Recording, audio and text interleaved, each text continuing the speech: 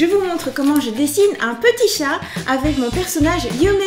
Allons-y! Je commence par m'installer et c'est parti pour le crayonné.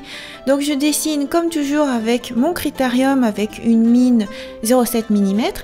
Et comme d'habitude, même si c'est pour dessiner un chat, je commence par les yeux.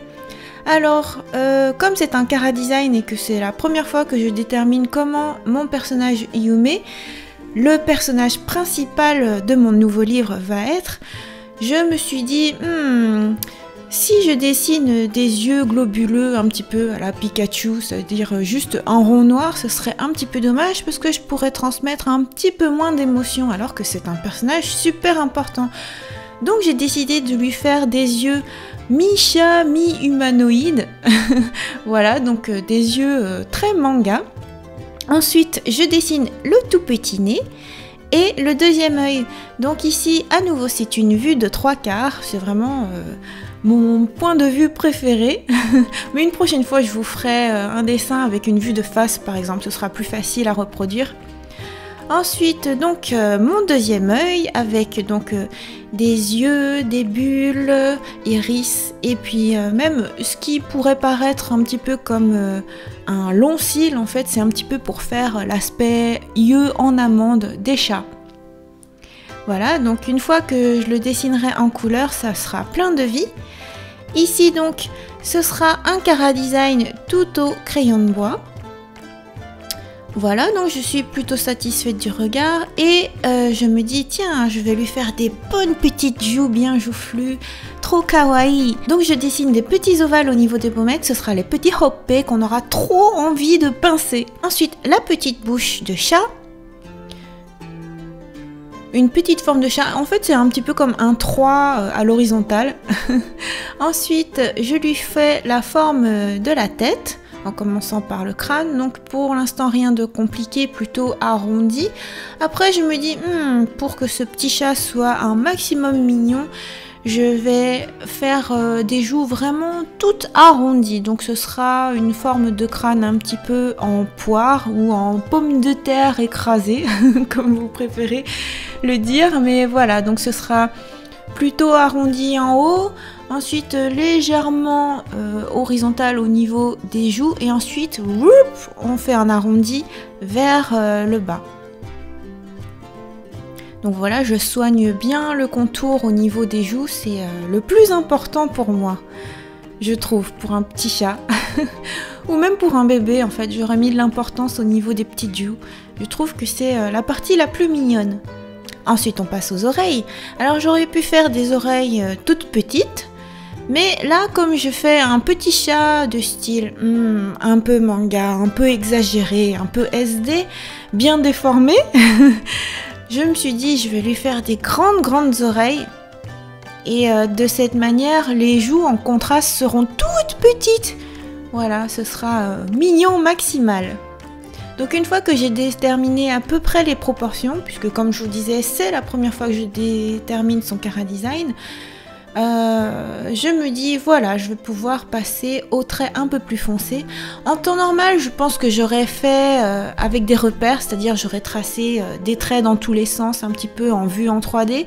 Mais là, pour vous faire un tutoriel qui soit un petit peu clean, un petit peu propre et sympa, peut-être que vous pouvez redessiner derrière, je me suis dit je vais plutôt faire par petits à-coups légers et ensuite dessiner un peu plus appuyé.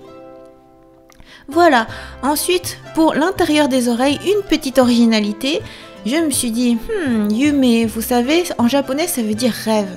Et comme c'est un nouveau livre que je dessine à propos de la réalisation de ces rêves, je me suis dit, bon, on va mettre des petits motifs en étoiles, par exemple, vous voyez, étoile filante, la réalisation de ses rêves.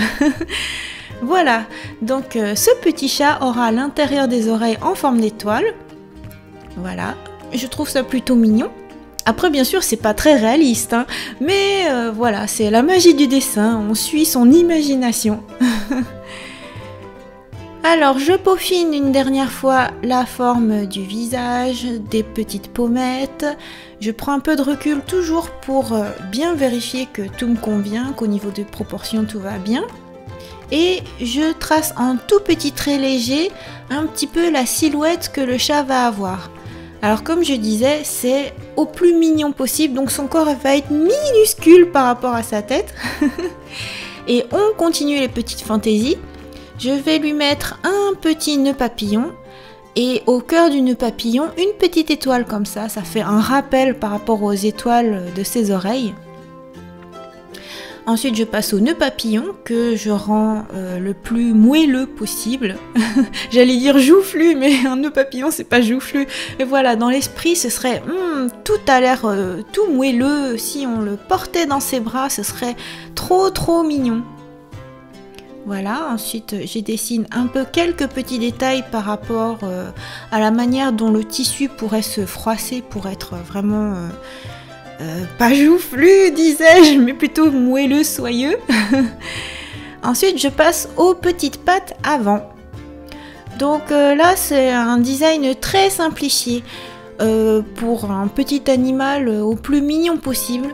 Donc les pattes là ne sont pas spécialement détaillées, mais voilà, imaginez des petites pattes toutes mignonnes d'un tout petit chat, et si jamais il posait ses petites pattes, ça ferait pouic, pouic, pouic, pouic. Voilà. Donc je pense à ça quand je dessine ces petites pattes. Je me dis, voilà, ça doit être tout mignon, ça doit tenir sur la main, tenir sur le doigt même. Voilà pour les pattes avant. Ensuite, le reste du corps, sachant que je dessine un petit chat qui prend la pose, qui est en posture assise.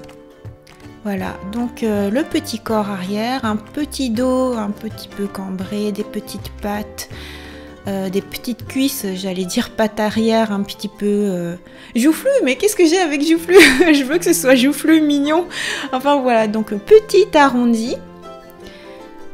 Et enfin, la petite queue. Alors au début, je me suis dit peut-être que j'allais faire à nouveau un petit nœud papillon. Et puis après, bon, je me dis il faut pas trop en faire non plus, ne pas trop surcharger le Cara Design, puisque c'est un peu un personnage que je vais dessiner sur toutes les pages de mon livre. Voilà, et puis donc la petite queue, au plus simple. C'est un peu sur le reste que je focaliserai, en fait c'est plus sur le regard, les oreilles et le nœud papillon que je focaliserai quand je voudrais exprimer quelque chose pour ce personnage. Et voilà, et c'est déjà pas mal. On peaufine un petit peu, toujours les petites joues, ah qu'est-ce que c'est important. Et c'est là que je me dis, mais un chat ça a des poils de moustache, donc j'en fais quelques-unes, pas trop, juste un tout petit peu pour que ce soit mignon.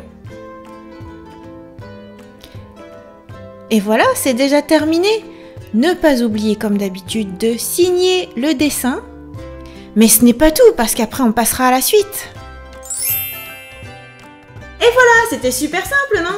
Mais c'est pas tout, parce que j'ai prévu d'autres tutoriaux autour de mes personnages pour mon projet de livre Yume, dont j'ai parlé dans ma vidéo de Petit Bonheur Créativité. Et pour les prochains tutoriaux, il y a un autre dessin prévu au crayon. Une petite fille, le personnage Hana.